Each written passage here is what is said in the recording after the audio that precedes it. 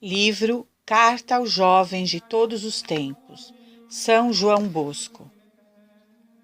Nascido em Turim em 1815 e falecido na mesma cidade em 1888. Prólogo do autor. Meus queridos jovens, o demônio utiliza dois ardis principais para afastar os jovens da virtude. O primeiro consiste em convencê-los de que o serviço de Deus exige uma vida tristonha e isenta de toda a diversão e prazer. Não é assim, caros jovens. Quero ensinar-vos um modo de vida cristã que vos manterá alegres e contentes, fazendo-vos conhecer ao mesmo tempo quais são as verdadeiras diversões e os verdadeiros prazeres, para que possais exclamar com o santo profeta Davi: sirvamos ao Senhor com alegria. Salmo 99, 2. É bem esse o objetivo deste trabalho: ensinar-vos como servir ao Senhor sem nunca perder a alegria. O outro ardil de que o demônio se vale para vos enganar é fazer-vos conceber uma falsa esperança de vida longa, convencendo-vos de que tereis tempo de vos converter na velhice ou na hora da morte. Sabei, meus filhos, que assim se enganaram muitos jovens. Quem vos garante uma vida longa? Será por acaso possível fazer um pacto com a morte para que ela vos espere até uma idade avançada? Lembrai-vos de que a vida e a morte estão nas mãos do Senhor, que pode dispor delas como bem entender. Ainda que Deus vos quisesse conceder muitos anos de vida, ouvi, não obstante, a advertência que ele vos dirige. O homem segue na velhice o mesmo caminho que empreendeu na sua adolescência e não se afastará dele. Provérbios 22, 6. Isso significa se começamos cedo uma vida cristã, nós a continuaremos até a velhice e teremos uma morte santa, que será o princípio de nossa eternidade bem-aventurada. Mas se, pelo contrário, nos conduzimos mal na nossa juventude, é muito provável que continuemos assim até a hora da morte, momento terrível que decidirá a nossa eterna condenação. Para prevenir uma desgraça tão irreparável, ofereço-vos um método de vida simples e fácil, mas suficiente para que possais ser o consolo dos vossos pais e a honra da pátria, bons cidadãos na terra e depois felizes possuidores do céu.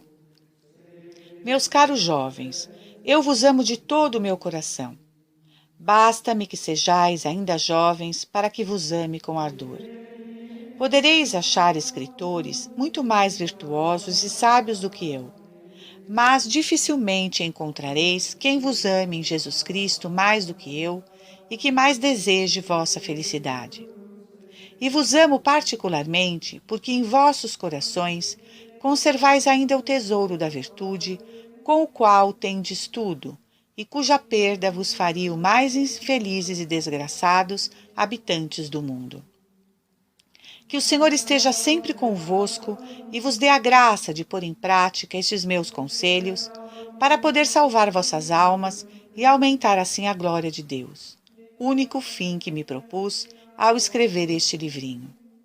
Que o Altíssimo vos conceda longos anos de vida feliz e que o santo temor de Deus seja sempre o grande tesouro que vos cumule de celestiais favores no tempo e na eternidade. Afetuosíssimo em Cristo Jesus, Padre João Bosco. Parte 1. Meios necessários para um jovem adquirir a virtude. Primeiro, conhecimento de Deus. Observai, meus queridos filhos, tudo quanto existe no céu e na terra, o sol, a lua, as estrelas, o ar, a água, o fogo. Tempo houve em que nenhuma dessas coisas existia. Foi Deus, com sua onipotência infinita, que as criou, todas do nada, e por esse motivo se chama Criador. Deus, que sempre existiu e sempre existirá, depois de ter criado todas as coisas que há no céu e na terra, deu existência ao homem, que é a mais perfeita de todas as criaturas visíveis. Assim, os olhos, a boca, a língua, os ouvidos, as mãos e os pés que temos são todos dons do Senhor. O homem se distingue dos demais animais porque possui uma alma que pensa, raciocina, quer e conhece o que é bom e o que é mau. Sendo a alma um puro espírito, não pode morrer com o corpo. Logo que este seja cadáver, a alma começará uma outra vida que jamais terá fim. Se agiu bem neste mundo, será para sempre feliz com Deus no paraíso, onde gozará eternamente de todos os bens. Se agiu mal, será terrivelmente castigada no inferno, onde sofrerá para sempre o fogo e toda espécie de tormentos. Considerai, pois, meus filhos, que fomos todos criados para o paraíso, e Deus, nosso Pai amoroso, só condena ao inferno quem o merece por seus pecados. Oh, quanto nos ama o Senhor! Ele deseja que pratiquemos boas obras para nos tornar participante depois da morte daquela grande felicidade que a todos nos preparou para sempre no céu. Segundo, Deus ama de um modo especial os jovens. Já que fomos criados para o paraíso, queridos jovens, devemos orientar todas as nossas ações para este grande objetivo. A eterna recompensa ou o terrível castigo que nos esperam devem mover-nos a isso. Mas o que mais nos há de impulsionar a amar e a servir a Deus é o amor infinito que Ele nos tem. É verdade que Ele ama todos os homens por serem eles obras de suas mãos. Entretanto, professa um afeto especial aos mais jovens, encontrando neles seu comprazimento. Achando as minhas delícias em estar com os filhos dos homens. Provérbios 8:31. Deus vos ama porque estáis em condições de fazer muitas obras boas em vossa vida, sendo próprias de vossa idade a simplicidade, a humildade e a inocência, e, em geral, porque não chegastes ainda a ser presa do inimigo infernal. Nosso divino Salvador, durante sua vida mortal, deu também mostras de especial benevolência para com os pequenos. Assegura que considera como feitos a ele mesmo, todos os benefícios que se fazem a eles. Ameaça terrivelmente aos que com suas palavras ou ações os escandalizem. O que escandalizar um destes pequeninos que creem em mim, melhor lhes seria que lhe amarrassem ao pescoço uma roda de moinho e o lançassem ao fundo do mar. Mateus 18:6. Ele se comprazia em que as crianças o seguissem, e chamando-as para que se aproximassem dele, abraçava-as e lhes dava sua santa bênção. Deixai que os pequeninos venham a mim. Mateus 19:14, Marcos 10:14, Lucas 18:16. Dizia, demonstrando assim, ó jovens, que vós sois as delícias de seu coração. Já que o Senhor vos ama tanto, deveis ter o firme propósito de corresponder a este amor, fazendo tudo quanto agrada a Deus e procurando evitar tudo o que possa desagradá-lo. Terceiro, a salvação da alma depende habitualmente dos tempos em que se é jovem. 2 lugares estão preparados para nós na outra vida. Para os maus, o inferno, onde se sofre todo tipo de males, e para os bons, o paraíso, onde se gozam de todos os bens.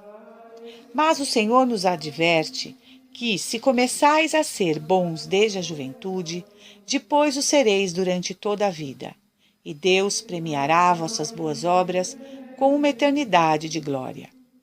Pelo contrário, o que tem má vida na juventude continua geralmente assim até a morte, indo parar inevitavelmente no inferno. Por isso, quando homens de idade avançada são dados aos vícios da embriaguez, do jogo ou da blasfêmia, podeis crer, em geral, que adquiriram esses maus hábitos na juventude. O homem segue na velhice o mesmo caminho que empreendeu na sua adolescência e não se afastará dele. Provérbios 22, 6. Ah, meu filho, diz o Senhor, lembra-te do teu Criador nos dias da tua juventude. Eclesiastes 12, 1. Em outra passagem das Sagradas Escrituras, louva o homem que desde sua adolescência cumpriu os mandamentos. É bom para o homem ter levado o jugo desde sua mocidade. Lamentações 3, 27. Os santos reconheceram esta verdade e, de modo especial, Santa Rosa de Lima e São Luís de Gonzaga, que começaram a servir ao Senhor desde tenra idade e mais tarde, já adultos, não encontravam prazer senão nas coisas que concerniam ao serviço de Deus e chegaram assim a ser grandes santos. O mesmo se pode dizer do jovem Tobias, que foi desde a primeira juventude obediente e submisso à vontade de seus pais, e depois da morte destes, prosseguiu uma vida de virtude exemplar até o fim de seus dias. Dirão alguns: se começamos tão cedo a servir a Deus, nossa vida será bem triste. Respondo que isto não é verdade. Muito pelo contrário.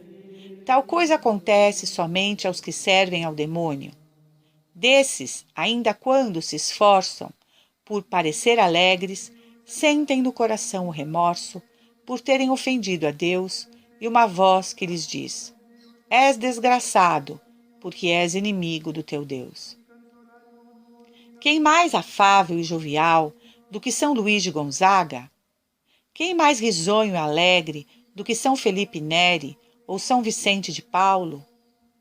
Não obstante suas vidas, foram um exercício contínuo das mais sublimes virtudes. Coragem, pois, meus caros, começai logo a praticar a virtude, e eu vos asseguro que tereis sempre o coração alegre e contente, e conhecereis como é doce e suave servir o Senhor. Quarto, a primeira virtude de um jovem é a obediência aos pais e superiores. A planta nova, ainda quando colocada num jardim bem cultivado, tem necessidade de apoio para se desenvolver convenientemente. Assim também vós, meus caros jovens, certamente fraquejareis diante do mal, se não vos deixardes guiar pelos que estão encarregados da vossa educação e do bem de vossa alma.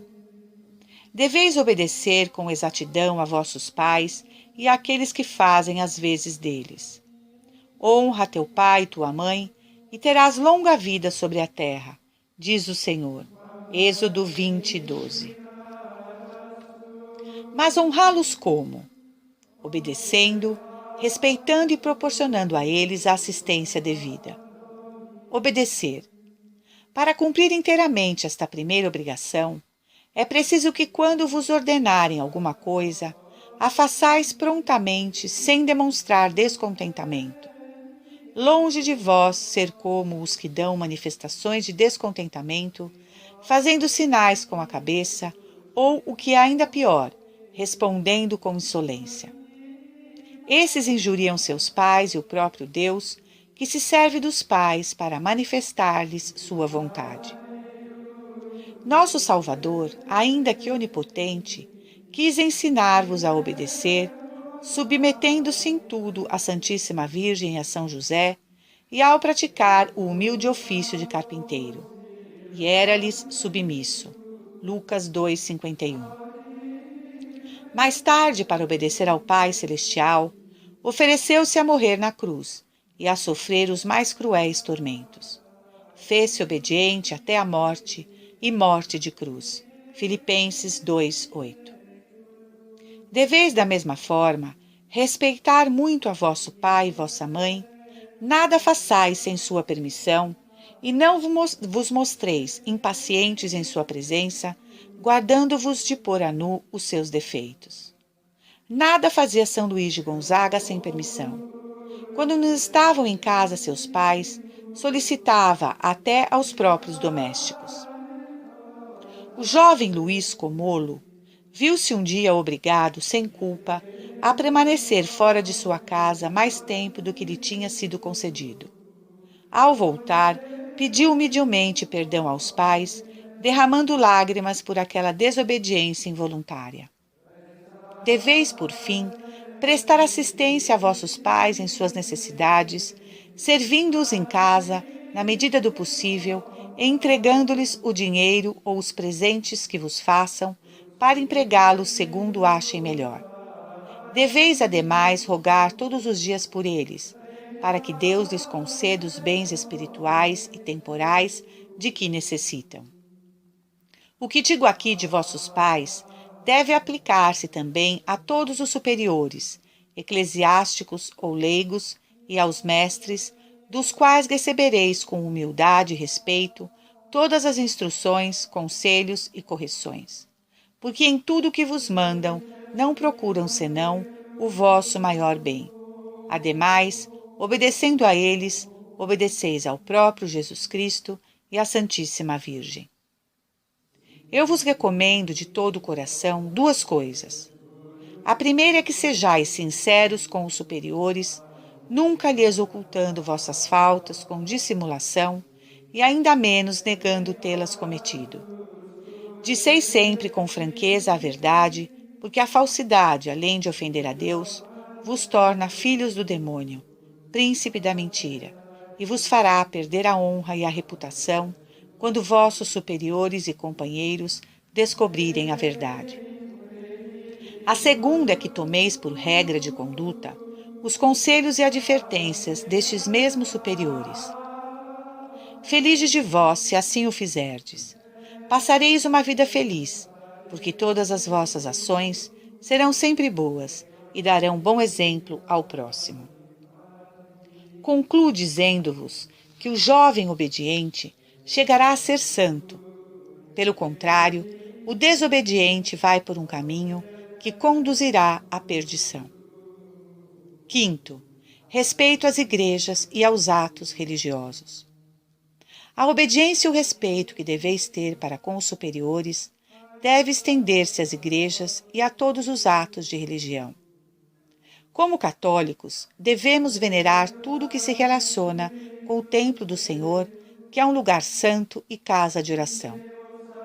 Qualquer pedido que fazemos a Deus na igreja, se é para o bem de nossas almas, estejamos seguros de que será atendida. Todo o que pede, recebe. Mateus 7:8. Que glória dareis a Jesus Cristo, meus amados filhos, e que bom exemplo aos fiéis, se ali vos mantiverdes com devoção e recolhimento. Quando São Luís ia à igreja, todos saíam a vê-lo, e ficavam edificados por sua piedade e compostura. Quando chegais à igreja, entrai nela sem correr, nem fazer ruído. Fazei o sinal da cruz com água benta, e de joelhos adorai a Santíssima Trindade, rezando 3 glórias ao Pai. Enquanto não começam os santos ofícios, podeis rezar as 7 alegrias de Maria ou fazer qualquer outro exercício de piedade. Na igreja, nunca deveis rir ou conversar sem necessidade. Basta às vezes um sorriso ou uma palavra para dar mau exemplo e distrair os que vos rodeiam. Santo Stanislau Kostka ficava na igreja com tal recolhimento que frequentemente nem ouvia quando chamavam. E houve uma ocasião em que seus criados tiveram que tocá-lo para diverti-lo de que já era hora de voltar a casa. Recomendo-vos, ademais, muito respeito para com sacerdotes e religiosos. Recebei com veneração os seus conselhos, saudai-os com reverência ao encontrá-los e tende cuidado especial de não ofendê-los com atos ou palavras. Lembrai-vos do terrível castigo dado por Deus aos meninos que zombaram do profeta Eliseu. 40 deles foram destroçados por ursos ferozes que saíram de um bosque vizinho. Quem não respeita os ministros do Senhor deve esperar castigo muito severo. Imitai a Luís Comolo, que dizia: do ministro sagrado ou se fala o bem, ou então se cala. Por fim, lembro que não vos deveis envergonhar de vossa fé, ainda quando fora da igreja. Assim, quando passais diante de uma igreja ou de alguma imagem, de Maria Santíssima ou de outro santo, fazei publicamente um sinal de vossa reverência. Deste modo, vos mostrareis bons católicos, e o Senhor vos cumulará de bênçãos pelo exemplo salutar dado ao próximo. Sexto, boas leituras e palavra de Deus. Além do tempo destinado às orações da manhã e da noite, eu vos aconselho que dediqueis algum tempo à leitura de livros que tratem de coisas espirituais, como Imitação de Cristo, a Filoteia de São Francisco de Sales, a Preparação para a Morte de Santo Afonso Maria de Ligório, Jesus ao Coração do Jovem, Vida de Santos e outros livros semelhantes. Grandes vantagens nossa alma obterá com a leitura desses livros, e maior será o vosso merecimento aos olhos de Deus, se contais a outros o que ledes, ou se fizerdes a leitura em sua presença, sobretudo se for para pessoas que não sabem ler. Se vos recomendo a leitura dos bons livros, devo também vos recomendar encarecidamente que fujais como da peste dos maus livros e das más publicações. Os livros, jornais ou impressos em que a religião e a moral são menosprezadas, lançai-os ao fogo, como faríeis com o veneno. Imitai os cristãos de Éfeso, que logo que ouviram de São Paulo o mal que produziam tais livros, apressaram-se a levá-los à praça pública e fizeram com eles uma fogueira, preferindo que antes caíssem os livros no fogo do que suas almas no inferno. Nosso corpo se debilita e morre se não o alimentamos. Do mesmo modo, nossa alma perde o vigor se não lhe damos aquilo de que ela necessita. O alimento da alma é a palavra de Deus, quer dizer, a pregação e a explicação do Evangelho, o catecismo. Apressai-vos, pois, a ir logo à igreja. Permanecei nela com maior atenção e aproveitai-vos dos conselhos que vos sejam úteis. É muito conveniente e até necessária para vós a assistência ao catecismo. Não vos recuseis dizendo que já fizeste a primeira comunhão, pois mesmo depois dela tendes necessidade de sustentar a alma, como alimentais diariamente o corpo. E se a privais deste alimento espiritual, ela ficará exposta a grandes males. Quando ouvirdes a palavra de Deus, evitai as sugestões do demônio que vos engana dizendo-vos: isto o pregador está dizendo por causa de fulano ou de cicrano. Não, meus caros filhos, o pregador se dirige a cada um de vós e quer que apliqueis a cada um de vós as verdades que está expondo. Além do mais, se o conselho não servir para vos corrigir de algo que tenhais feito no passado, ele servirá para vos preservar de cair no futuro. Quando ouvirdes a palavra de Deus, tratai de recordá-la durante o dia, e à noite, antes de vos deitardes, parai um pouco refletindo no que foi ouvido. Deste modo, tirareis grande proveito para a alma. Também vos recomendo cumprir os deveres religiosos, na medida do possível, na vossa própria paróquia, pois o pároco é a pessoa destinada, especialmente por Deus, para cuidar de vossa alma. Parte 2. Meios de perseverança. A. Coisas que o jovem deve fazer. Primeiro, conduta que deve observar nas tentações. Desde vossa mais tenra idade, queridos jovens, o demônio procura fazer-vos cair no pecado para escravizar vossa alma e torná-la inimiga de Deus. Por isso deveis vigiar continuamente para não cair no momento da tentação, ou seja, quando o demônio vos incita a fazer o mal. É de muita utilidade para vos preservar das tentações, afastar-vos das ocasiões de pecado, das conversas escandalosas, dos espetáculos onde não se vê nada de bom e onde sempre há perigo de grave prejuízo para a alma. Procurai estar sempre com alguma ocupação, trabalhando ou estudando, ou então desenhando, cantando ou tocando algum instrumento. E quando não sabeis o que fazer, diverti-vos com algum jogo inocente ou lendo algum livro bom, mas sempre com a permissão de vossos pais ou superiores. Procura, diz São Jerônimo, que o demônio nunca te encontrará desocupado. Quando sentirdes que estáis sendo tentados, não permitais que a tentação se apodere do vosso coração. Pelo contrário, fazei logo algo afastar-se dela, trabalhando ou rezando. Se ela continuar, fazei o sinal da cruz e beijai algum objeto religioso, dizendo: Maria, auxílio dos cristãos, rogai por mim. Ou então, São Luís de Gonzaga, fazei com que nunca ofenda ao meu Deus. Eu vos indico especialmente esse santo, porque ele foi proposto pela Igreja como modelo e protetor da juventude. Para vencer as tentações, ele fugia de todas as ocasiões de pecado. Jejuava frequentemente a pão e água, disciplinava-se de tal maneira que suas roupas, as paredes e o piso do seu quarto ficavam salpicados com seu sangue inocente. Foi assim que ele obteve completa vitória sobre todas as tentações. Também vós a obtereis, se procurais imitá-lo, pelo menos na fortificação dos sentidos e especialmente na modéstia, e se o invocais de coração na hora das tentações. Segundo, remédios para as astúcias que o demônio usa para enganar a juventude.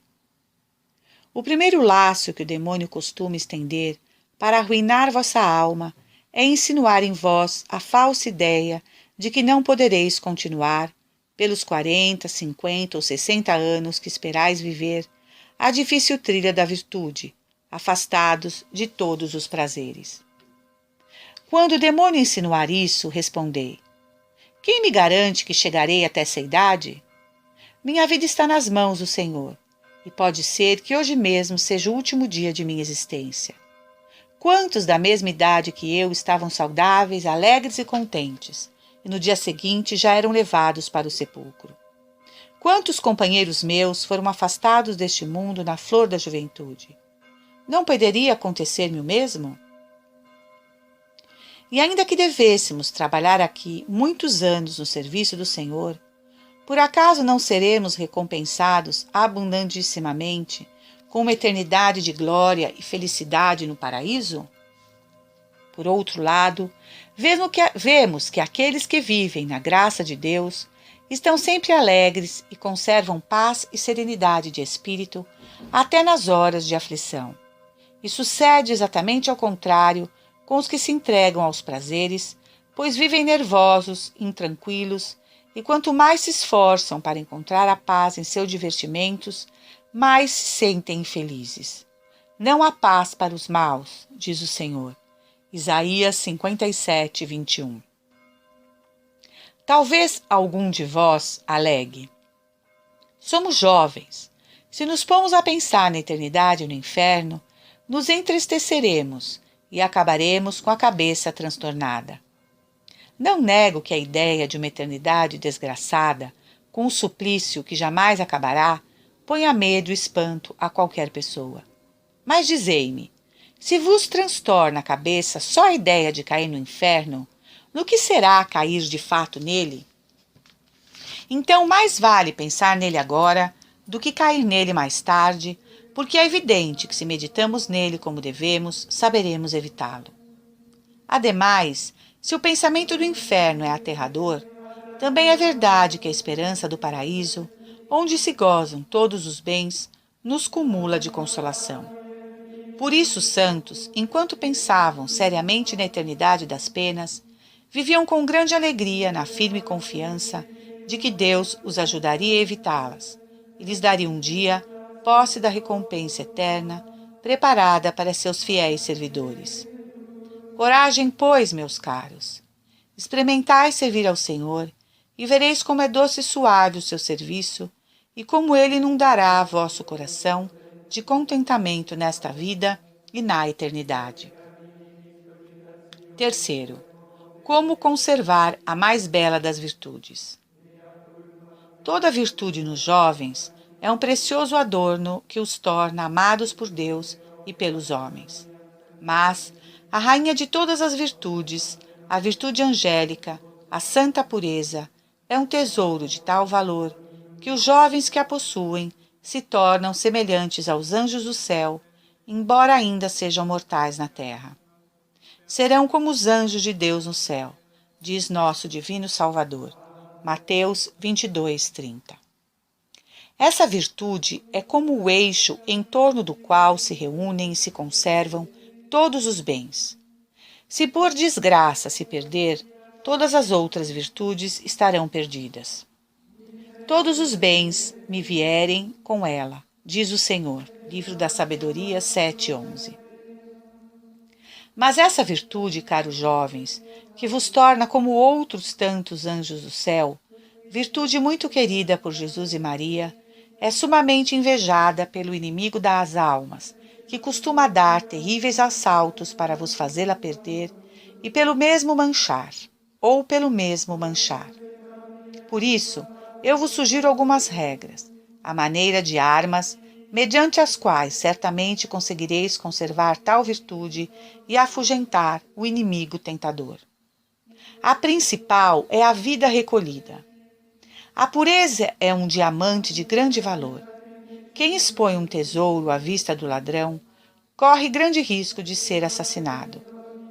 São Gregório Magno declara que deseja ser roubado aquele que leva o seu tesouro à vista de todo o mundo. Acrescentai à vida recolhida a frequência à confissão sincera e à comunhão fervorosa, fugindo também dos companheiros que, por obras ou palavras, menosprezam esta virtude. Para prevenir os assaltos do inimigo infernal, lembrai-vos do que disse vosso divino Salvador. Esse gênero de demônios, no caso as tentações contra a pureza, não são expulsos senão com jejum e oração. Mateus 17:21. Com o jejum, quer dizer, com a mortificação dos sentidos, refreando os maus olhares e o vício da gula, fugindo do ócio e da moleza, e só dando ao corpo o repouso estritamente necessário. Jesus Cristo também nos recomenda que recorramos à oração fervorosa, mas feita com fé, não cessando de rezar, até que a tentação seja vencida. Tendes, ademais, armas formidáveis ejaculatórias, invocando os santos nomes de Jesus, Maria e José. Rezai com frequência. Meu Jesus, misericórdia. Meu Jesus, salvai-me. Ó Maria concebida sem pecado, rogai por mim que recorro a vós. Maria, auxílio dos cristãos, rogai por mim. Doce coração de Maria, sede a minha salvação. Sagrado coração de Jesus, não quero mais ofender-vos. Convém também beijar o crucifixo, a medalha ou o escapulário da Santíssima Virgem. Se todas essas armas não forem suficientes para afastar a tentação maligna, recorrei à arma invencível da presença de Deus. Estamos nas mãos de Deus, que tudo vê e que, como Senhor absoluto de nossa vida, pode fazer-nos morrer de repente. Como nos atreveremos a ofendê-lo diante de sua própria presença?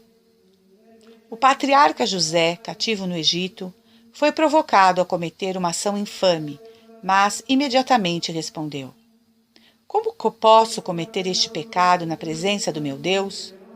E vós podereis acrescentar: Como posso deixar-me induzir a este pecado na presença do meu Criador, do meu Salvador, daquele Deus que pode, num instante, castigar-me com a morte, como fez com o primeiro que cometeu este pecado?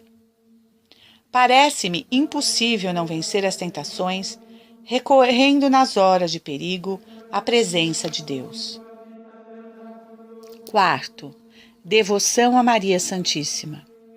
A devoção a Maria Santíssima é uma grande defesa para vós, caros jovens.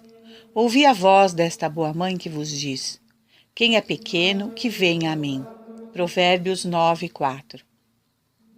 Ela nos assegura que, se formos devotos dela, nos colocará no número dos seus filhos, nos cobrirá com seu manto, nos cumulará de bênçãos neste mundo e nos dará o paraíso no outro. Aqueles que me tornam conhecida terão a vida eterna. Eclesiástico 24:31.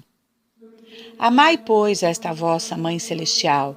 Recorrei a ela de coração, na certeza de que vos serão concedidas todas as graças que lhe pedirdes, desde que não redundem em prejuízo de vossas almas. Deveis, ademais, pedir com perseverança 3 graças especiais que são de absoluta necessidade para todos e particularmente para os jovens. A primeira é que ela vos ajude a não cometer nenhum pecado mortal em toda a vossa vida. Sabeis o que significa cair em pecado mortal? Significa renunciar ao título de filho de Deus para ser escravo de Satanás. Significa perder aquela beleza que ante os olhos de Deus nos torna belos como anjos, para ser horríveis como os demônios. Significa perder todos os méritos já adquiridos para a vida eterna. Ou seja, estar suspenso por um fio fragilíssimo sobre o abismo do inferno.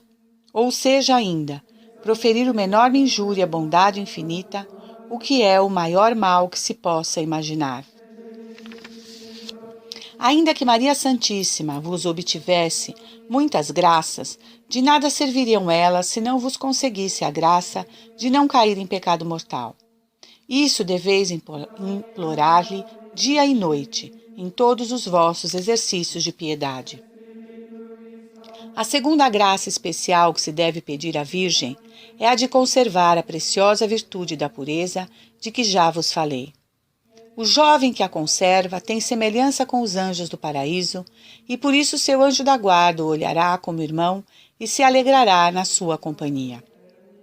E já que tenho grande empenho em que todos vos conserveis essa bela virtude, vou indicar-vos mais alguns meios a fim de preservá-la de qualquer veneno que possa contaminá-la. Antes de tudo, não tenhais familiaridades com pessoas de sexo diferente, ou a menos tratai com elas o menos possível. Estou sendo bem claro. Rapazes não devem contrair familiaridades com moças, se não quiserem expor a bela virtude a grande perigo. Outro meio dos mais eficazes para a conservação dessa virtude é vigiar os sentidos. Deveis também evitar todo o excesso no comer e no beber. Afastar-vos dos teatros, bailes e outras diversões semelhantes que são a ruína dos bons costumes. Vigiai especialmente sobre vossos olhares, que são as janelas por onde o pecado entra nos corações e faz com que o demônio se apodere das almas.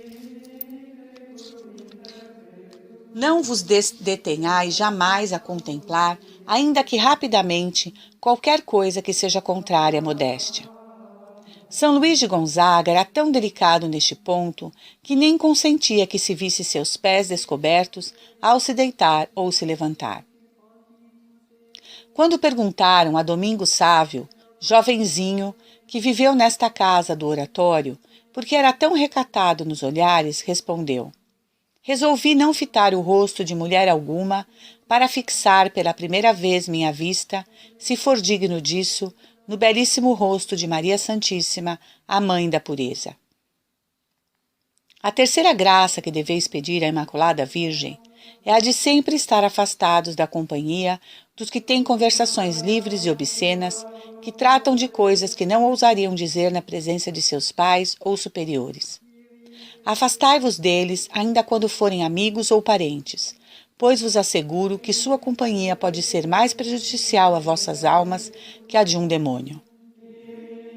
Felizes de vós, meus caros filhos, se fugirdes da companhia dos maus. Estareis então seguros de caminhar pela senda do paraíso. De outra forma, correreis grande risco de vos perder para sempre. Quando encontrais algum companheiro que prefere blasfêmias e despreza a religião, que procura afastar-vos do serviço de Deus, que diz coisas que não deve ou que é imodesto, fugi dele como da peste. Quanto mais puros forem vossos olhares e vossas palavras, tanto mais agradareis à Virgem Maria, e maiores dons ela vos obterá de seu divino Filho, nosso Redentor Jesus Cristo. Essas são as 3 graças mais necessárias na vossa idade. Mas que obséquio oferecereis a Maria para obtê-las? Se possível, rezai o Santo Rosário, ou pelo menos não esqueçais nunca de rezar diariamente 3 Ave-Marias e 3 Glórias ao Pai com a jaculatória. Mãe querida, Virgem Maria, fazei com que eu salve minha alma. Com essas 3 graças, chegareis a ser homens respeitáveis na idade madura e a obter a glória eterna, que Maria concede certamente a seus devotos. Quinto, conselhos aos jovens que pertencem a alguma congregação. Se tendes a felicidade de pertencer a alguma congregação ou associação católica, procurai cumprir com fidelidade e exatidão seu regulamento. Tende profundo respeito pelos superiores, sem cuja permissão jamais deveis vos ausentar. Se chegais a uma igreja antes da hora das sagradas funções, ficai com compostura e silêncio, lendo ou ouvindo ler algum livro devoto. Se cantais salmos ou louvores ao Senhor, procurai fazê-lo com alegria de coração e recolhimento de espírito. Se vos confessais e recebeis a Santa Comunhão, fazei-o na capela da vossa congregação, porque isso contribuirá muito para dar bom exemplo e animará os outros a frequentar os santos sacramentos. A comunhão pascal, entretanto, é melhor fazê-la em vossa própria paróquia. Será conveniente, ademais, algumas outras vezes, receber o sacramento em vossa paróquia, se não for grande o incômodo, para dar bom exemplo aos demais e para vos manterdes unidos ao vosso pároco. Se na vossa congregação há jogos e divertimentos honestos, tomai parte neles, mas evitai disputas com os demais, brincadeiras pesadas, alcunhas, manifestações de descontentamento com as diversões que vos proporcionem. Se notardes algo que não seja conveniente, dizei-o discretamente ao superior, para que ele impeça o mal que daí possa resultar. Será muito louvável saber contar episódios e exemplos edificantes para os demais companheiros. Sede sempre sinceros em vossas palavras e nunca mintais, pois com a mentira, além de ofender a Deus, perderíeis a estima de vossos superiores e amigos. Eu vos recomendo também que tenhais confiança filial no diretor, consultando-o sobre vossas dúvidas de consciência. Guardai também grande respeito pelos demais superiores, especialmente se forem sacerdotes. Manifestai sinais de respeito quando passais por eles e respondei às perguntas com palavras sinceras e humildes. Os que receberem algum encargo, como cantor, assistente, etc., devem se empenhar em ser modelos em tudo que se relaciona com as práticas de piedade. Por fim, recomendo-vos a todos a maior exatidão na observância do regulamento, estimulando-vos empenhadamente em ser devotos, modestos e pontuais no cumprimento de vossos deveres religiosos. Sexto, o jovem na escolha do estado de vida. Deus, em seus eternos desígnios, destina a cada pessoa um estado de vida e lhe dá as graças necessárias para este estado. Em tão fundamental escolha, o católico deve procurar conhecer a vontade de Deus, imitando a Jesus Cristo, que declarava ter vindo à Terra para cumprir a vontade do Eterno Pai. É de suma importância, meus filhos, que procureis ver bem claramente, a fim de que não assumir obrigações que não sejam daquelas que o Senhor vos destina. Deus manifestou a algumas almas, de modo particular e extraordinário, o estado a que as chamava. Não pretendais tanto, mas consolai-vos com a certeza de que o Senhor vos há de orientar no reto caminho pelos meios comuns de sua divina providência, desde que, da vossa parte, não descuideis dos meios oportunos para uma prudente decisão. Um desses meios é passar na inocência a infância e a adolescência, ou, pelo menos, reparar com verdadeira penitência os anos vividos no pecado. Outro meio poderosíssimo é a oração humilde e perseverante. Convém, como São Paulo, perguntar ao Senhor o que Ele quer que façamos, ou dizer, como Samuel, falai, Senhor, que vosso servo escuta. Primeiro livro de Samuel 3:10. Ou como salmista, ensinai-me a fazer vossa vontade, porque sois vós o meu Deus. Salmo 24:5. Ou qualquer outra oração do gênero. Quando estiver chegando a hora da resolução, recorrei a Deus com mais fervorosas orações, Oferecei para essa intenção vossas orações durante a Santa Missa, assim como a comunhão e alguma novena ou tríduo. Praticai também algum sacrifício ou visitai algum santuário. Recorrei igualmente a Maria, que é a mãe do bom conselho, a São José, seu esposo, que sempre foi fidelíssimo às ordens divinas, ao anjo da guarda e a vossos santos protetores. Seria muito louvável, antes de tomar uma decisão tão importante, fazer exercícios espirituais ou um dia de retiro. Deveis ter o propósito de seguir a vontade de Deus, aconteça o que acontecer, ainda que os mundanos desaprovem tal determinação. Se vossos pais ou outras pessoas de autoridade quiserem desviar-vos do caminho para o qual Deus vos chama, recordai-vos que antes se deve obedecer a Deus que aos homens. Não esqueçais nunca que deveis respeito e amor aos vossos superiores, e por isso vos recomendo que em vossas palavras e ações sempre vos porteis com eles com humildade e mansidão, mas sem prejudicar por causa deles os supremos interesses da vossa alma. Pedi conselho acerca do modo como proceder e, sobretudo, confiai naquele que tudo pode. Consultai pessoas piedosas e sábias, especialmente vosso confessor, declarando-lhe com simplicidade a situação e as disposições em que vos encontrais. Quando São Francisco de Sales manifestou aos pais que Deus o chamava para o sacerdócio, lhe responderam que, sendo ele o primogênito da família, devia ser seu apoio e sustentáculo, que sua inclinação para o estado eclesiástico era somente efeito de uma devoção desequilibrada, e que ele poderia santificar-se facilmente, ainda que vivesse no século. Para mais obrigá-lo a seguir suas intenções, propuseram-lhe um casamento nobre e muito vantajoso, mas nada pôde dissuadi-lo do seu santo propósito. Constante e firme, antepôs a vontade de Deus à de seus pais, embora os amasse e respeitasse muito, e preferiu renunciar a toda vantagem temporal antes que deixar de corresponder à graça da vocação. Os pais, ainda que tivessem objetivos menos corretos, eram pessoas piedosas e acabaram por se alegrar com a resolução do filho. B. Coisas que o jovem deve evitar. Primeiro, evitar o ócio.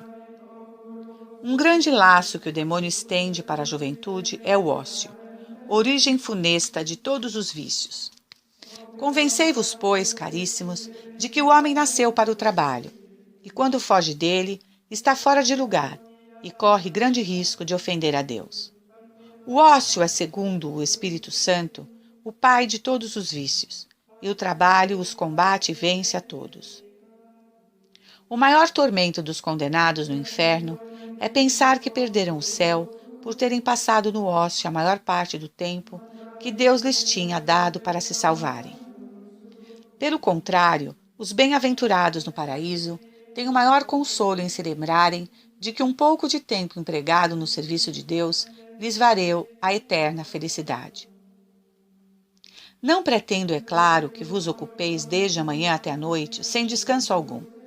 Só quero o vosso bem, e de bom grado aceito diversões razoáveis em que não haja ofensa a Deus. Mas sempre recomendo preferir as distrações que possam ser de utilidade, como, por exemplo, o estudo da história ou da geografia, as artes, os trabalhos manuais e etc. Com isso podeis vos distrair e ao mesmo tempo adquirir conhecimentos úteis e contentar vossos superiores. Podeis também divertir-vos com jogos e entretenimentos lícitos, úteis para recriar o espírito e o corpo. Mas não tomeis parte neles sem antes ter pedido a devida licença. São preferíveis os jogos que requerem agilidade e destreza corporal, por serem os mais convenientes para a saúde. Ao jogá-los, evitai os enganos, as trapaças, as pequenas fraudes, os gestos brutos, as palavras que produzem discórdia e ofendem os vossos companheiros. Tanto no jogo como na conversação, ou no cumprimento de qualquer dever, levantai de quando em quando o vosso coração a Deus e oferecei tudo para sua maior honra e glória, como recomenda o apóstolo São Paulo. São Luís de Gonzaga foi interrogado certa vez enquanto brincava alegremente com seus amigos, o que faria se lhe aparecesse um anjo e avisasse que 15 minutos depois deveria comparecer diante do tribunal de Deus. O santo respondeu sem vacilar que continuaria brincando e acrescentou: tenho certeza de que com esses divertimentos está fazendo a vontade do Senhor. O que vos recomendo instantemente em vossos passatempos e recreios é fugir dos maus companheiros como da peste. Segundo, evitar as más companhias. Há 3 tipos de companheiros. Uns são bons, outros são maus e outros, por fim, não são nenhuma coisa nem outra. Deveis procurar a amizade dos bons, a qual só vos trará vantagens, e evitai absolutamente os maus. Quanto aos últimos, tratai-os quando for necessário, mas evitando toda a familiaridade. Como reconhecer os maus amigos? Prestai atenção, meus filhos, e logo sabereis quais são eles. Todos os que não se envergonham de manter na vossa presença conversações obscenas e de pronunciar palavras de duplo sentido ou escandalosas, os que mentem ou fazem murmurações, os que proferem juramentos, imprecações e blasfêmias, os que procuram vos afastar da piedade, os que vos aconselham o roubo, a desobediência a vossos pais e o esquecimento de vossos deveres. Todos esses são péssimos amigos, servidores de Satanás, e deles deveis fugir mais do que da peste ou do próprio demônio. Ah, meus caros, com lágrimas nos olhos vos suplico que detesteis e eviteis semelhantes companhias. Ouvi a voz do Senhor que diz: aquele que anda com os sábios será sábio, e o amigo dos insensatos tornar-se-á semelhante a ele. Provérbio 13, 20. Fugi de um mau companheiro, como da vista de uma serpente venenosa. Eclesiástico 21, 2. Em resumo, se vos unis aos bons, eu vos asseguro que ireis com eles ao paraíso. Pelo contrário, se vos juntais aos maus, sereis desgraçados e acabareis por perder irreparavelmente a alma. Alguém talvez dirá: são tantos os maus companheiros que seria preciso abandonar o mundo para fugir deles. Eu bem sei que os maus companheiros são numerosos, e precisamente por isso vos recomendo com tanta insistência que fujais deles. E se por esse motivo ficais isolados, felizes de vós, pois tereis como companheiros o nosso Senhor Jesus Cristo, a Santíssima Virgem e ao anjo da guarda. Haveria melhores amigos do que estes? Depois, não obstante, ter bons amigos, e os encontrareis entre aqueles que frequentam a confissão, a comunhão, que comparecem à igreja, que com suas palavras e exemplos vos animam ao cumprimento de vossos deveres e vos afastam de tudo que pode ofender a Deus. Estreitai relações com eles e obtereis grande proveito. Davi e Jonatas chegaram a ser bons amigos, com vantagens recíprocas, porque se animavam mutuamente na prática da virtude. Terceiro, evitar as más conversações. Quantos jovens se encontram no inferno por terem caído em más conversações? São Paulo pregava já essa verdade quando dizia que as coisas impuras não deviam nem sequer nomear-se entre os cristãos, pois são a ruína dos bons costumes. As más palavras corrompem os bons costumes. Comparai vossas conversas a uma comida deliciosa. Por mais bem preparada que ela seja, se cai nela uma gota de veneno, basta isso para matar os que a comem. O mesmo acontece com as conversações obscenas. Uma palavra, um gesto, uma brincadeira bastam, por vezes, para ensinar o mal a um jovenzinho e até por vezes a muitos que, tendo vivido até então como inocentes cordeiros, perdem a graça de Deus e se convertem em desgraçados escravos de Satanás. Alguém poderá dizer: já sabemos as funestas consequências das conversas impuras, mas que fazer? Estamos numa escola, numa loja, num negócio, num emprego, onde temos que trabalhar, e ali ouvimos tais conversas. Sei muito bem, meus caros jovens, como são esses lugares. Por isso quero vos dar uma norma de conduta para que possais sair da dificuldade sem ofender o Senhor. Se os que têm más conversas são vossos inferiores, repreendei-os severamente. Se não podeis fazê-lo por causa de sua posição, procurai afastar-vos deles. E se isso não for possível, evitai completamente de tomar parte na conversa deles, nem falando, nem sorrindo. E dirigindo-vos a nosso Senhor, dizei-lhe internamente: Meu Jesus, misericórdia. Se apesar de todas essas precauções, ainda vos sentis em perigo de ofender a Deus, eu vos darei o conselho de Santo Agostinho que diz: foge se queres cantar vitória. É melhor fugir, abandonar o posto, a escola, o emprego e o trabalho, até mesmo sofrer todos os males do mundo, antes que permanecer entre pessoas que põem em perigo a salvação da tua alma. Porque, como diz o Evangelho, mais vale ser pobre e desprezado, mais vale que nos cortem os pés e as mãos, que nos arranquem os olhos e chegar assim ao céu, do que possuir tudo o que desejamos no mundo e nos perdermos eternamente. Provavelmente falarão e se rirão de vós, mas não importa, pois um dia chegará em que as brincadeiras e as risadas dos ímpios serão trocadas por lágrimas no inferno, e os desprezos que sofreram os bons se transmutarão em eternas alegrias no paraíso. A vossa tristeza há de converter-se em alegria. João 16, 20. Convencei-vos, ademais, de que vossa retidão obrigará os próprios que vos desprezam a reconhecer vossa sensatez e, por fim, ficarão em silêncio. Ninguém se atrevia a pronunciar palavras desonestas na presença de São Luís de Gonzaga. E se ele se aproximava no momento em que se proferia alguma, cortavam todas aquelas conversações dizendo: silêncio, está chegando Luís.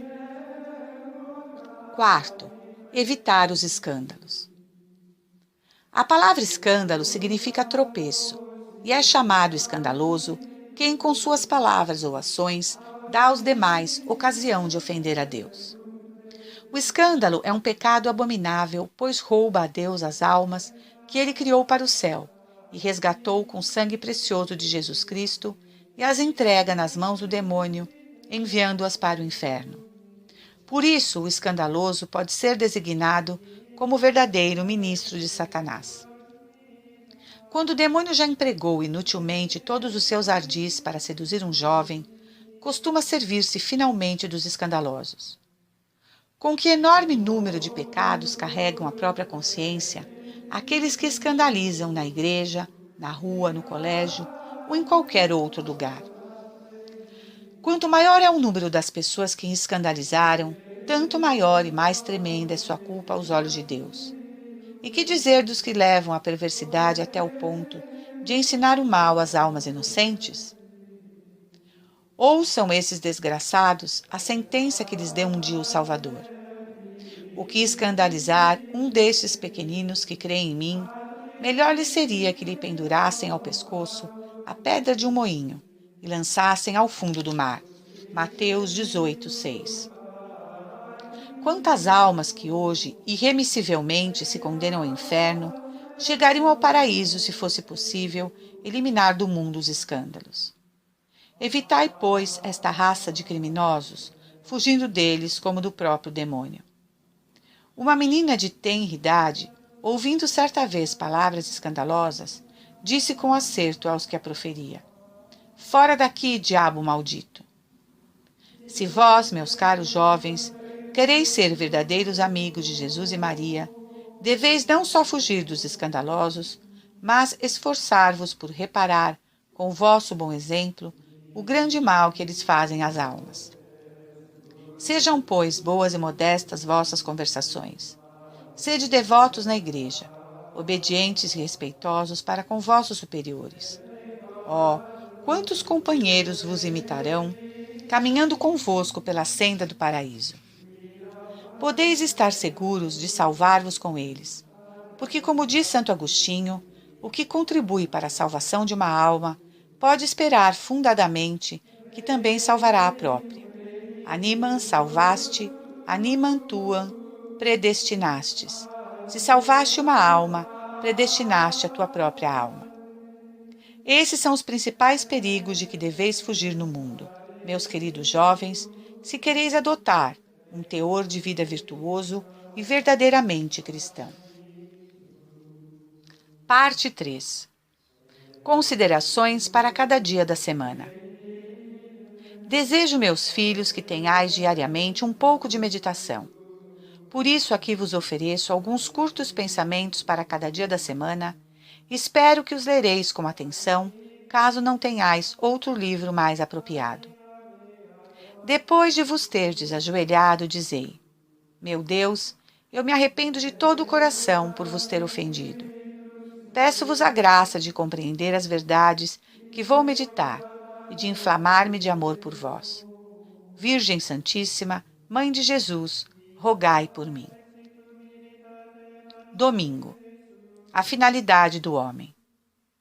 Primeiro, considera, meu filho, que Deus te criou à sua imagem e semelhança, que te deu uma alma e um corpo, sem que da tua parte houvesse para isso nenhum mérito.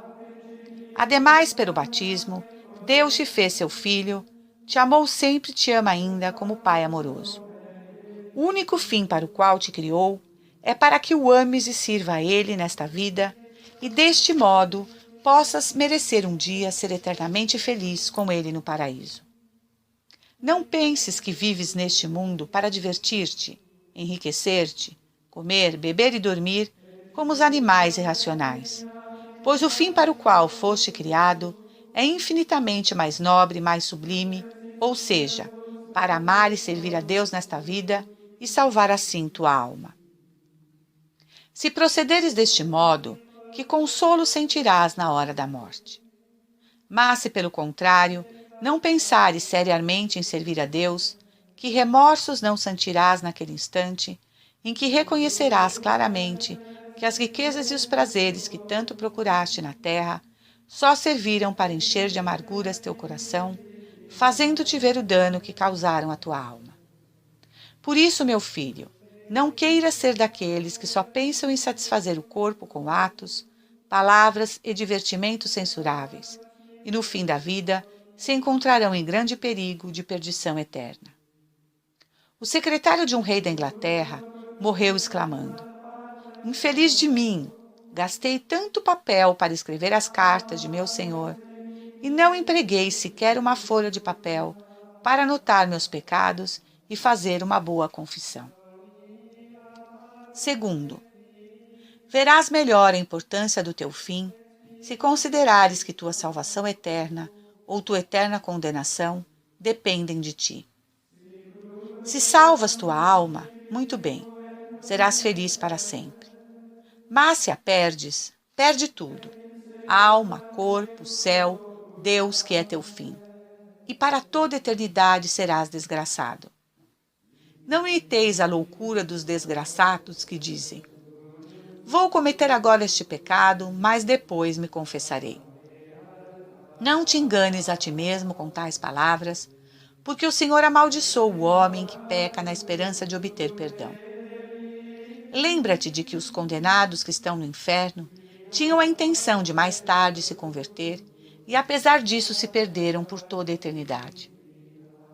Estás seguro de que Deus te concederá tempo para te confessares? Quem te garante que não morrerás logo depois de pecar e tua alma não será precipitada imediatamente no inferno? Não achas que seria loucura se te ferisses gravemente, na esperança de encontrar depois um médico que te curasse? Renuncia, pois, ao pensamento enganador de que só mais tarde te consagrares ao serviço de Deus. Hoje mesmo, deteste e abandona o pecado, que é o maior de todos os males, e que, desviando-te do teu fim último, te priva de todos os bens. Terceiro, quero também que conheças um terrível laço de que se serve o demônio para prender e levar à perdição um grande número de cristãos. É deixar que se instruam na religião, mas que depois não a pratiquem. Sabem perfeitamente que Deus os criou para amá-lo e servi-lo, e, no entanto, empregam todo o tempo em lavrar a própria ruína eterna.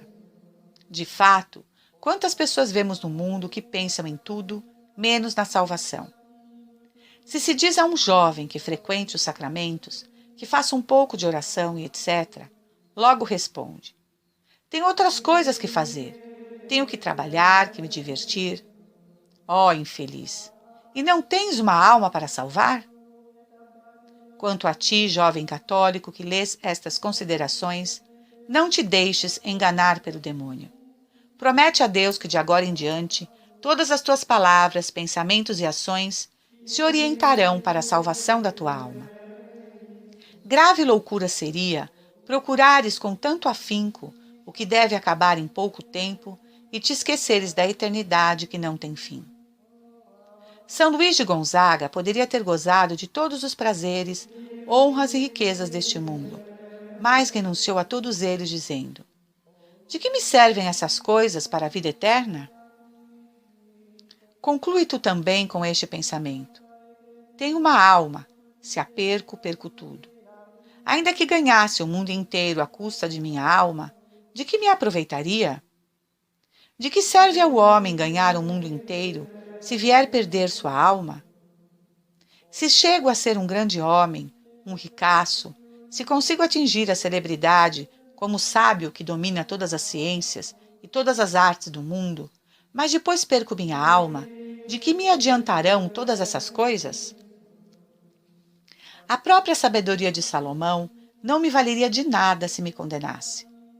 Diz, pois, assim: Deus me criou para salvar minha alma e quero salvá-la a todo custo. Amar a Deus e salvar minha alma serão a partir de agora o único objetivo de todos os meus cuidados. Trata-se de ser eternamente feliz ou eternamente desgraçado. Devo estar resolvido a perder tudo para me salvar. Meu Deus, perdoai os meus pecados e não permitais que jamais tenha a desgraça de vos ofender novamente. Ajudai-me com vossa santa graça, para que vos possa amar e servir fielmente. Maria, minha esperança, rogai por mim. Segunda-feira, o pecado mortal. Primeiro, se soubesses, meu filho, que fazes, contendo um pecado mortal. Voltas as costas para Deus que te criou e cumulou de benefícios. Desprezas sua graça e sua amizade e dizes com seus atos: afastai-vos de mim, Senhor, já não vos quero obedecer nem servir, nem vos reconhecer por meu Deus. Não vos servirei. Quero que meu Deus seja este prazer, esta vingança, essa cólera, esta má conversação, esta blasfêmia. Pode-se imaginar ingratidão mais monstruosa? Entretanto, meu filho, foi isto que o fizeste todas as vezes que ofendestes ao teu Deus. Segundo, essa ingratidão é mais grave, porque para cometê-la tu te serves dos próprios dons que Deus te deu. Ouvidos, olhos, boca, língua, mãos e pés te foram dados por Deus, e tu os entregastes para ofendê-lo. Ouve o que te diz o Senhor. Meu filho, eu te criei do nada. Eu te dei tudo o que tens. Nasceste na verdadeira religião. Eu te concedi a graça do batismo. Podia ter te deixado morrer quando estavas em pecado e te conservei a vida para não te mandar ao inferno. E tu, esquecendo tantos benefícios, queres servir-te desses meios que eu mesmo te dei para ofender-me? Como não morrer de dor diante desta enorme injúria lançada contra um Deus tão bom e tão benéfico em relação a nós, míseras criaturas suas?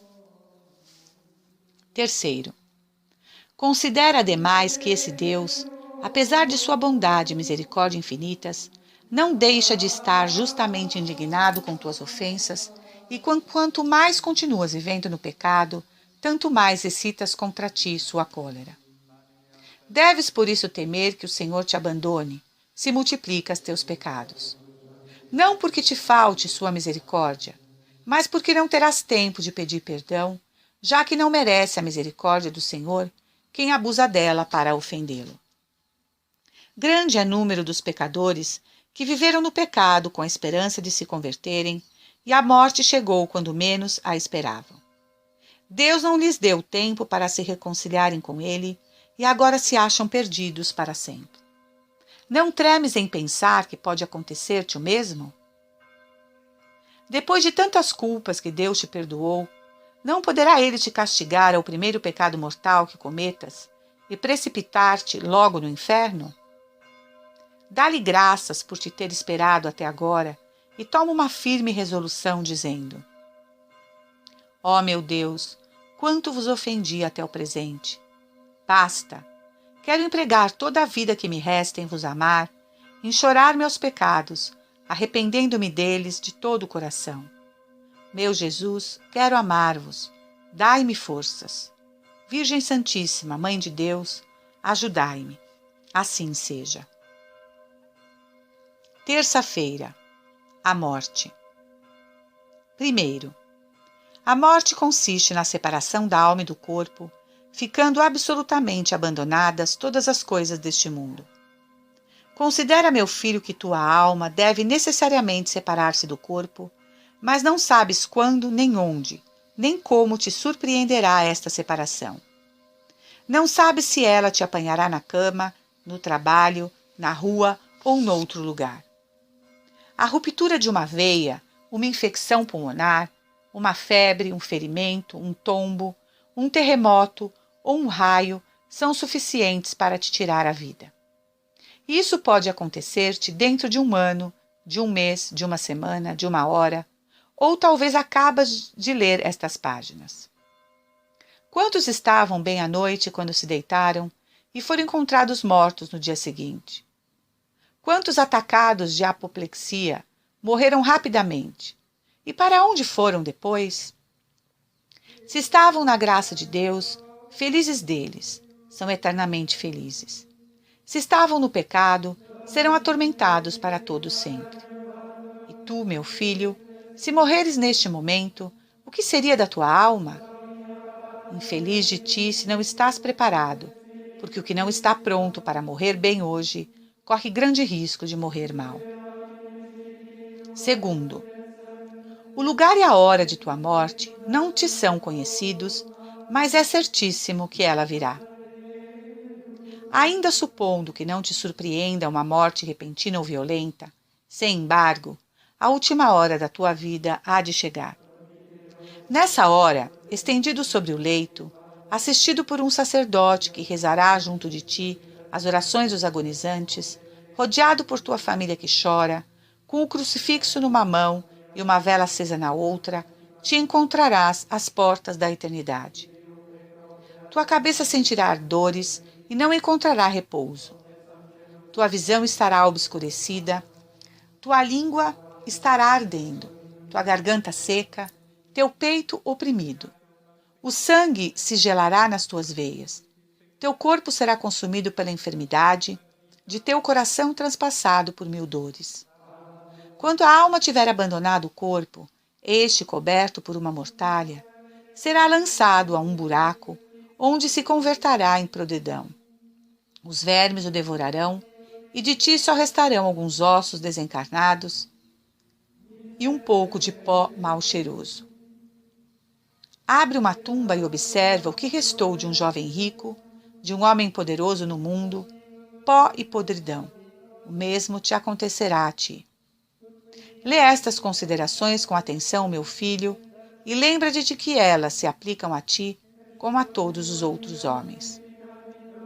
Agora o demônio, para induzir-te a pecar, se esforça em distrair-te deste pensamento, em encobrir e excusar a culpa, dizendo-te que não há grande mal em tal prazer, em tal desobediência, em faltar à missa nos dias festivos, mas o momento da morte te fará conhecer a gravidade de tuas faltas e as representará a todas vivamente diante de ti. Que farás tu naquele terrível instante? Desgraçado de quem então se encontrar em pecado mortal. Terceiro, considera também que do momento da morte depende tua felicidade ou desgraça eterna. Estando para dar o último suspiro e à luz daquela última chama, quantas coisas veremos? A Igreja acende 2 velas por nós, uma no nosso batismo, outra na hora da nossa morte. A primeira para mostrar-nos os preceitos da lei de Deus, que devemos observar. A segunda, no transe da nossa morte, para examinarmos se os observamos corretamente. Por isso, meu filho, a claridade daquela última luz verás se amaste a Deus durante tua vida ou se o desprezaste, se respeitaste seu santo nome ou se o ofendeste com blasfêmias. Verás as festas que profanaste, as missas que não ouviste, as desobediências a teus superiores, os escândalos que deste a teus companheiros. Verás aquela soberba e aquele orgulho que te enganaram. Verás. Mas, ó meu Deus, tudo aquilo verás no momento em que se abre diante de ti o caminho da eternidade, momento do qual depende a eternidade inteira. Sim, daquele momento depende uma eternidade de glória ou de tormentos. Compreendes bem o que te estou dizendo? Daquele momento depende para ti o paraíso ou o inferno, o ser para sempre feliz ou desgraçado, para sempre filho de Deus ou escravo do demônio, para sempre gozar com os anjos e santos no céu, ou gemer e arder para todo sempre com os condenados no inferno. Teme muito por tua alma e reflete que de ti uma vida santa e boa dependem a boa morte e a eterna glória. Sem perda de tempo, põe em ordem tua consciência com uma boa confissão, prometendo ao Senhor perdoar a teus inimigos, reparar os escândalos que deste, ser mais obediente, abster-te de comer carne nos dias proibidos, não perder mais o tempo, santificar os dias consagrados a Deus, cumprir os deveres de teu estado. E desde já, lançando-te aos pés de Jesus, diz a ele: Meu Senhor e meu Deus, desde agora me converto a vós. Amo-vos e quero vos amar e servir até a morte. Virgem Santíssima, minha mãe, ajudai-me naquele momento terrível. Jesus, Maria e José, que minha alma expire em paz em vossos braços. Quarta-feira, o juízo. Primeiro, é a sentença que o Salvador pronunciará no final da nossa vida, sentença com a qual será fixada a sorte de cada um de nós por toda a eternidade. Quando tiver saído do corpo, a alma comparecerá imediatamente diante do divino juiz. Esse encontro é terrível para o pecador, porque sua alma se apresenta sozinha diante de um Deus, ao qual desprezou e ofendeu, de um Deus que conhece até o último pensamento do seu coração. Quem nos acompanhará naquele momento? Nada levaremos deste mundo, senão o bem e o mal que tivermos feito nesta vida. Cada qual prestará conta de seus atos, sejam bons, sejam maus. Não haverá desculpas nem pretextos. Santo Agostinho, falando daquele terrível instante, se exprime assim: Ó mortal, quando compareceres diante do Criador para seres julgado, tu te encontrarás diante de um juiz cheio de indignação, os teus pecados te acusarão, os demônios estarão prontos a executar a sentença, dentro de ti mesmo terás a consciência que te agite e te atormenta, e a teus pés o inferno estará aberto para engolir-te. Em tal aflição, para onde irás? Para onde fugirás? Ditoso de ti, meu filho, se procedeste bem durante a vida. Segundo, depois, o divino juiz abrirá o livro das consciências e dará início ao exame. Quem és tu? Te perguntará o juiz inapelável. Sou um cristão. Bem, se és cristão, verei se te comportaste como tal. Então começará a recordar-te das promessas feitas no batismo, pelas quais renunciaste ao demônio, ao mundo e à carne, te representará as graças que concedeu, os sacramentos que recebeste, as pregações, as instruções, os conselhos de seus confessores, as correções de teus pais, tudo isso te será colocado diante dos olhos. Mas tu, dirá o divino juiz, apesar de tantos dons, de tantas graças, como correspondeste mal à fé que profanaste? Logo que chegaste ao uso da razão, começaste a me ofender com mentiras, com falsas faltas de respeito na igreja, com desobediências a teus pais e com muitas outras transgressões de teus deveres. Se pelo menos te houvesses portado bem quando te tornaste mais crescido, mas com a idade só cresceste no desprezo da minha lei. Missas perdidas, profanações de dias festivos, blasfêmias, más conversações, confissões mal feitas, comunhões às vezes sacrílegas, escândalos dados aos teus companheiros, eis o que fizeste em vez de servir-me. Ao escândalo se dirigirá cheio de indignação e dirá: vês aquela alma que caminha pela senda do pecado? Foste tu que lhe ensinaste a maldade com tuas palavras escandalosas. Se tivesses sido bom cristão, deverias ter ensinado a teus companheiros o caminho do céu. Mas fizeste exatamente ao contrário, ensinando a eles o caminho da perdição. Vês aquela alma que está no inferno? Foste tu que me roubaste com teus pérfidos conselhos e a entregaste ao demônio, sendo tu a causa da tua perdição eterna. Agora tua alma pagará a perfídia daquele escândalo. Que te parece deste exame, meu filho?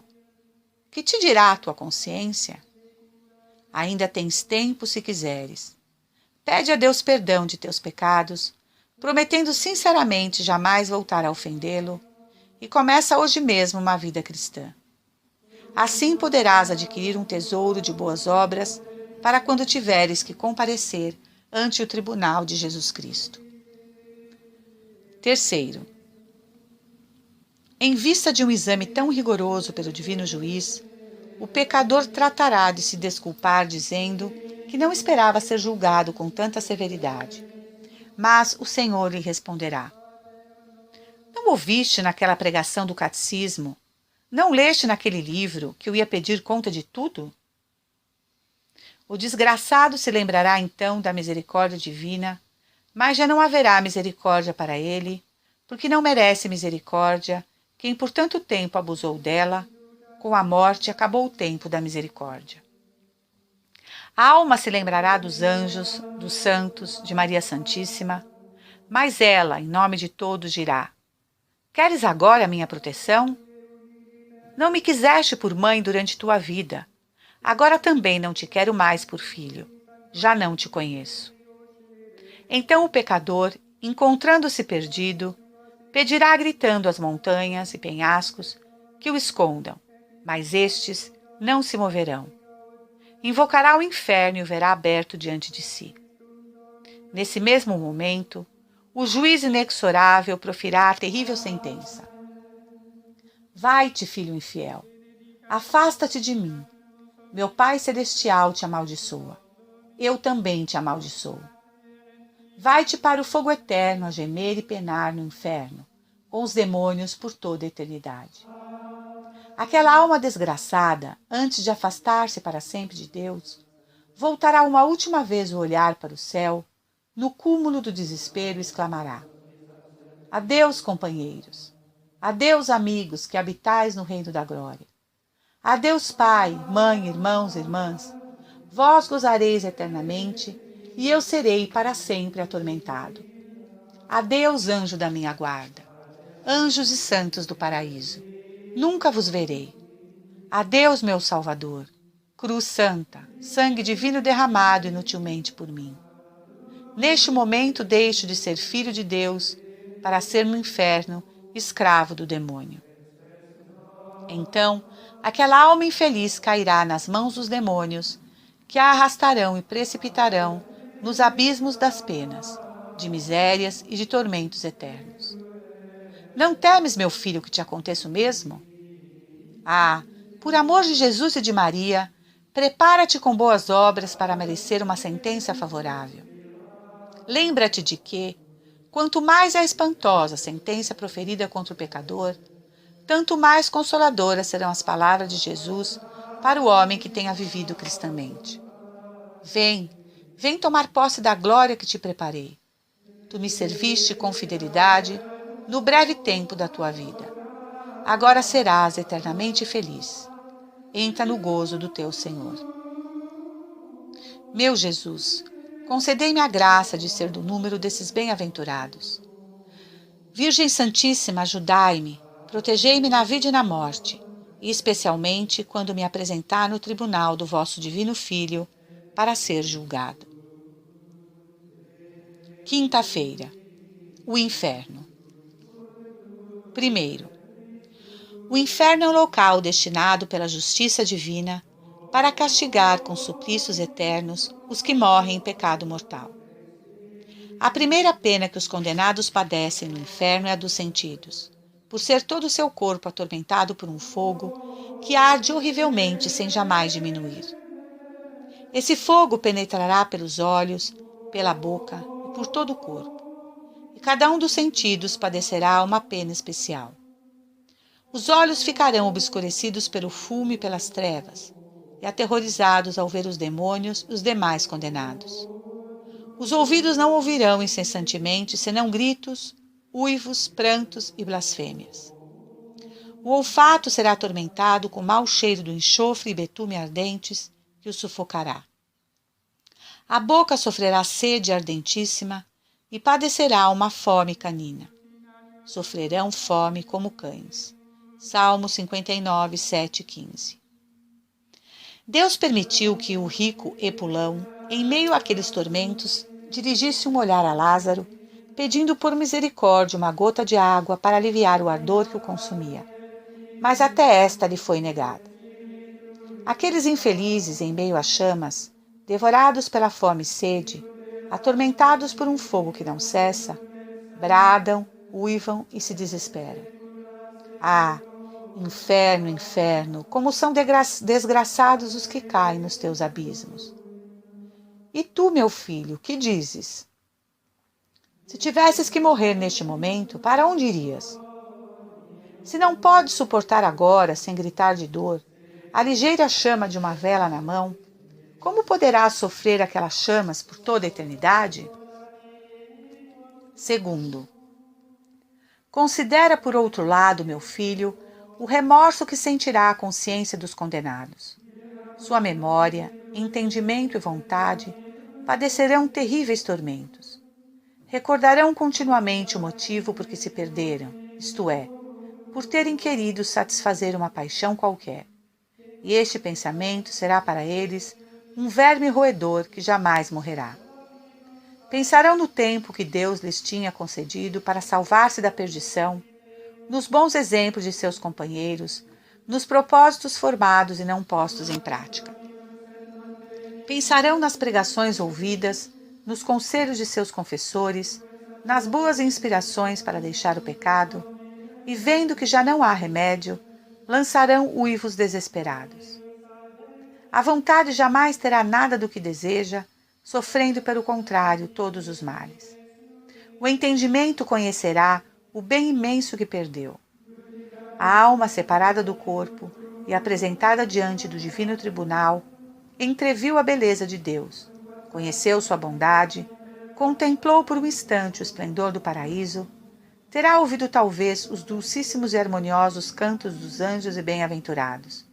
Que dor, vindo que tudo isso lhe é arrebatado para sempre. Que horrorosos tormentos! Quem poderá suportá-los? Terceiro, meu filho, que agora não te preocupas em perder a Deus e o paraíso.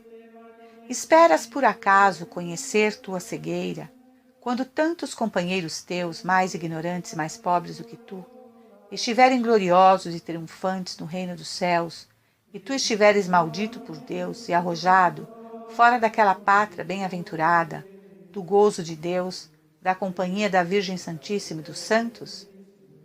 Decide-te, pois, a servir ao Senhor e faz penitência. Não aguardes para quando não haja mais tempo. Entrega-te a Deus. Quem sabe se esta meditação não será teu último chamado da graça. Se não correspondes a ele, tu te expões a que Deus te abandone e te deixe cair nos eternos suplícios. Ah, Senhor, livrai-me das penas do inferno. Sexta-feira. A eternidade das penas. Primeiro, considera, meu filho, que se caíres no inferno, dele jamais sairá. Nele se padecem todas as penas, e todas elas para sempre. Passarão 100 anos, 1000 anos, e o inferno estará apenas começando. Passarão 100.000 anos, 100 milhões de anos, milhões de anos e de séculos, e o inferno estará ainda apenas começando. Se o anjo anunciasse a um condenado que Deus haveria de livrá-lo do inferno, depois de passar tantos milhões de séculos como gota de água há no mar, ou folhas de árvores e grãos de areia no mundo, esta notícia lhe causaria logo um consolo indizível. É certo, exclamaria, que é imenso o número de séculos que sofrerei, mas chegará afinal um dia em que eles acabarão. Mas, ai, passarão esses milhões de séculos e uma infinidade de outros, e o inferno estará sempre apenas começando. Cada condenado quereria poder dizer a Deus: Senhor, aumentai quanto quiseres minhas penas, e fazei-me permanecer aqui o tempo que quiserdes, contanto que me deis a esperança de ver esse suplício acabar um dia. Mas não, esse término e essa esperança jamais chegarão. Segundo, se ao menos o condenado pudesse iludir-se a si mesmo, pensando consigo: quem sabe se Deus algum dia terá piedade de mim e me tirará deste abismo. Mas não, jamais abrigará essa esperança. O condenado terá sempre presente a sentença de sua condenação eterna. Esses tormentos, este fogo, esses horríveis gritos, eu os terei para sempre. Sempre. Verá escrito nas chamas que o devoram. Sempre. Na ponta das espadas que o transpassam. Sempre. Nas horríveis fisionomias dos demônios que o atormentam. Sempre. Naquelas portas fechadas que jamais se abrirão para ele. Ó eternidade, ó abismo sem fundo, ó mar sem limites, ó caverna sem saída. Quem não tremerá pensando em ti? Ó maldito pecado, que tremendos suplícios preparas para quem te comete. Ah, basta de pecados em toda a minha vida. Terceiro, o que deve encher-te de espanto é pensar que essa terrível fornalha está sempre aberta debaixo de teus pés e que basta um único pecado mortal para cair nela. Compreendes, meu filho, isso que lês? Um pecado que cometes com tanta facilidade merece uma pena eterna.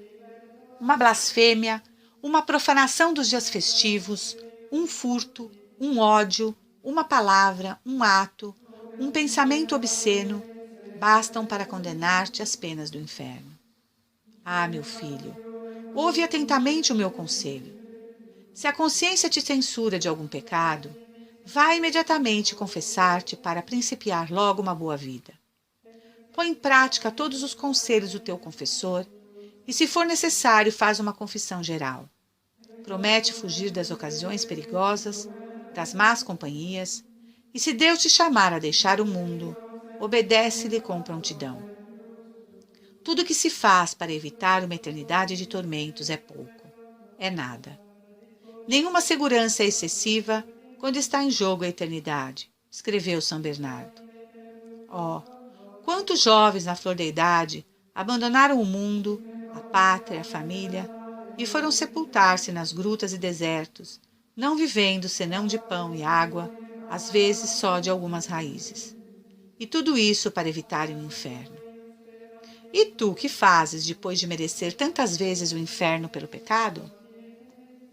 Lança-te aos pés de teu Deus e diz a ele: Senhor, vede-me pronto a fazer tudo o que quiserdes. Já vos ofendi demais até agora, e de hoje em diante não vos quero mais ofender. Enviai-me, se preciso, todos os males nesta vida, desde que possa salvar a minha alma. Sábado, o paraíso. Primeiro, quanto mais espanta a consideração do inferno, tanto mais consola a do paraíso, que foi preparado por Deus para todos os que o amam e servem na vida presente. Para fazeres uma ideia dele, imagine uma noite serena. Que belo é o céu, com tanta multidão e variedade de estrelas. Umas são maiores que outras, enquanto algumas delas aparecem pelo oriente, outras desaparecem no Ocidente, sendo muito variadas no que diz respeito ao tamanho, cor e etc. Mas todas elas se movem na imensidão do espaço com admirável harmonia e segundo a vontade de Deus, seu Criador. Imagina ademais que a luz do sol te deixe ver durante um belo dia a lua, as estrelas que há no firmamento. Imagina também tudo o que há de precioso no mar, na terra, nos diversos países, nas cidades e nos palácios dos reis e monarcas de todo o mundo. Acrescenta a isso as mais finas bebidas, os alimentos mais saborosos, a música mais doce, a harmonia mais suave, pois tudo isso é nada, comparado com a excelência dos bens e dos gozos do paraíso. Quanto devemos desejar a posse daquele lugar, onde se gozam todos os bens sem mescla alguma de mal. A alma bem-aventurada só poderá exclamar: eu me saciarei com a visão da glória, da vossa glória, Senhor. Salmo 16:15. Segundo, considera ademais a alegria que tua alma sentirá ao entrar no paraíso. Sairão a recebê-la teus parentes e amigos, e ali verás a nobreza e beleza dos querubins e serafins, de todos os anjos e de todos os santos, que em multidões louvam a seu Criador. Verás também os apóstolos, o imenso número dos mártires, confessores e virgens, e ademais uma grande multidão de jovens que se conservaram puros e por isso cantam a Deus um hino de glória inefável. Ó, quanto gozam naquele reino os bem-aventurados! Estão sempre alegres, pois não padecem o menor sofrimento, nem penas que venham turbar sua paz e contentamento. Terceiro, observa ademais, filho, que tudo isso não é nada em comparação com o grande consolo que sentirá a alma ao ver a Deus. Ele consola os bem-aventurados com seu olhar amoroso e derrama em seu coração torrentes de delícias. Assim como o sol ilumina e embeleza todos os objetos aonde chega a luz, assim Deus ilumina com sua presença todo o paraíso e cumula seus felizes habitantes com prazeres inexprimíveis. Nele, como num espelho, verás todas as coisas, gozarás de todos os prazeres da mente e do coração. Quando no Monte Tabor, São Pedro viu uma única vez o rosto de Jesus, radiante de luz, foi cumulado de tanta doçura que fora de si exclamou: é bom para nós estar aqui. Lucas 9:33. Que alegria então será ao contemplar, não por um instante, mas para sempre, a vista daquela face divina que apaixona os anjos e os santos e que embeleza todo o paraíso. E a formosura e a amabilidade de Maria, de quanto gozo inundará o coração dos bem-aventurados. Como são amáveis as tuas moradas, Senhor Deus dos exércitos. Salmo 83:2. Por isso, todos os coros dos anjos e todos os bem-aventurados cantarão a sua glória, dizendo: Santo, Santo, Santo, é o Senhor Deus do universo. A Ele toda a honra e toda a glória, por todos os séculos dos séculos. Coragem, pois, meu filho. Algo terás que sofrer nesse mundo, mas não importa. O prêmio que te espera no paraíso compensará infinitamente todos os males que tenhas padecido na vida presente. Que consolo será o teu quando te encontrares no céu em companhia dos parentes e amigos, dos santos e dos bem-aventurados, e puderes exclamar: estou salvo e estarei para sempre com o Senhor. Então bendirás o momento em que deixaste o pecado, em que fizeste uma boa confissão e começaste a frequentar os sacramentos. Bendirás o dia em que, deixando as más companhias, te entregaste à virtude. E, cheio de gratidão, te voltarás a teu Deus e lhe cantarás louvores e glória por todos os séculos dos séculos. Assim seja.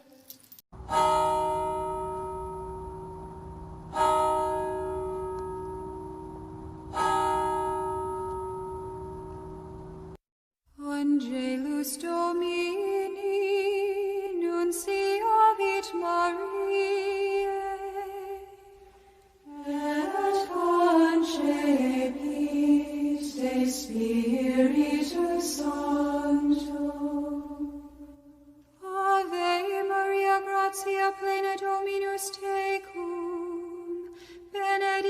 tu in mulieribus, et benedictus fructus ventris tui, Iesus.